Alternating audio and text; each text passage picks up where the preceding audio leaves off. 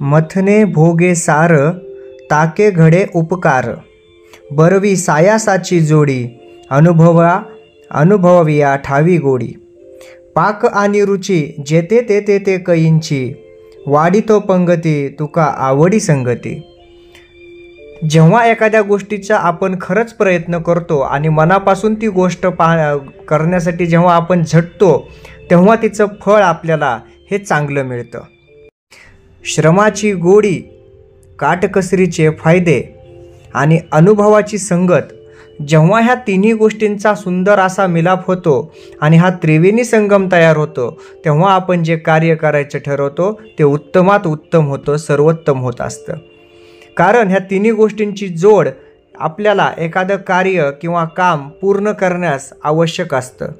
मेहनत केल्यावर तर फळ नक्कीच मिळतं आणि कामाचा जर अनुभव चांगला असेल आणि त्याचं नियोजनबद्ध जर आपण काम केलं तर त्याच्यापासून जे मिळणारं फळ असतं ते देखील आपल्याला चांगलंच लाभतं। संत तुकाराम महाराज या सर्व गोष्टींची महती त्यांच्या अभंगातून सांगतात। ते अभंगाद्वारे आपल्याला काय सांगतात तर मथने भोगे सार, ताके घडे उपकार।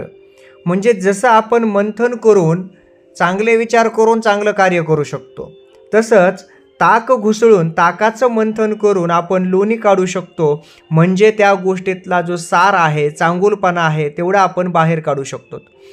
अविचारी प्रवृत्तीनं जर आपण तसेच काम करत राहिलो तर त्यामधून जो भाग घ्यायचा आहे तो भाग कधीच आपल्याकडे येणार नाही, कारण त्यासोबत इतरही गोष्टी आपल्याकडे येत राहतील।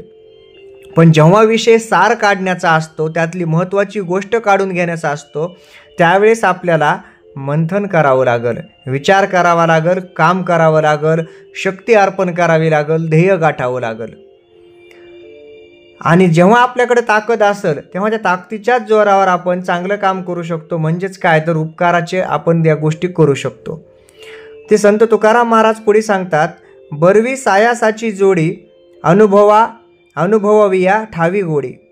म्हणजे जर आपल्याकडे मेहनतीची जर जोडी असेल, आपण जर मेहनतीला कधीच बाजूला न ठेवता चांगले विचार आणि मेहनत, श्रम जर ठेवलं तर त्यापासून जे आपल्याला अनुभव मिळणार आहे तो अनुभव आपल्याला गोडी देणाराच आहे। कारण अशा अनुभवातून, अशा केलेल्या मेहनतीतून आपल्याला जे काम होतं ते काम चांगलं होतं आणि त्या कामामधून आपल्याला गोडवाच प्राप्त होणार। नंतर काय सांगतात ते, जेथे तेथे ते पाक आणि रुची, जेथे तेथे ते कैंची। म्हणजे जसं की एखाद्या गोष्टीचा स्वयंपाक असेल किंवा एखादा पदार्थ असेल आणि त्याची चव असेल, हे आपल्याला चाखल्याशिवाय कसं समजणार? तो जर पदार्थ आपण चाखला नाही तर त्याची खरी चव आपल्याला लक्षात येणार नाही।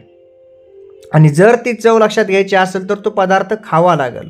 म्हणून जसं काम करायचं असेल त्याचा अनुभव घ्यावा लागेल, त्या कामाच्या दृष्टिकोनातून विचार करावा लागेल, तर ते काम पूर्ण होईल। वाढीतो पंगती, तुका आवडी संगती।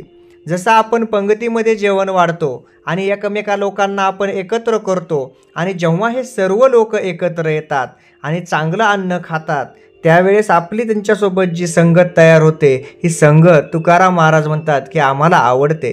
कारण संगतीनं एकत्र येऊन आपण कोणतंही कार्य, अवघड असं कार्य सिद्धीस नेऊ शकतो, पूर्णत्वास नेऊ शकतो।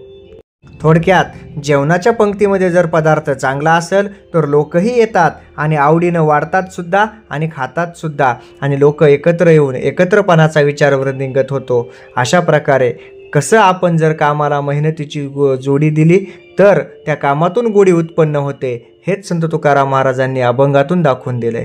जय जय रामकृष्ण हरी।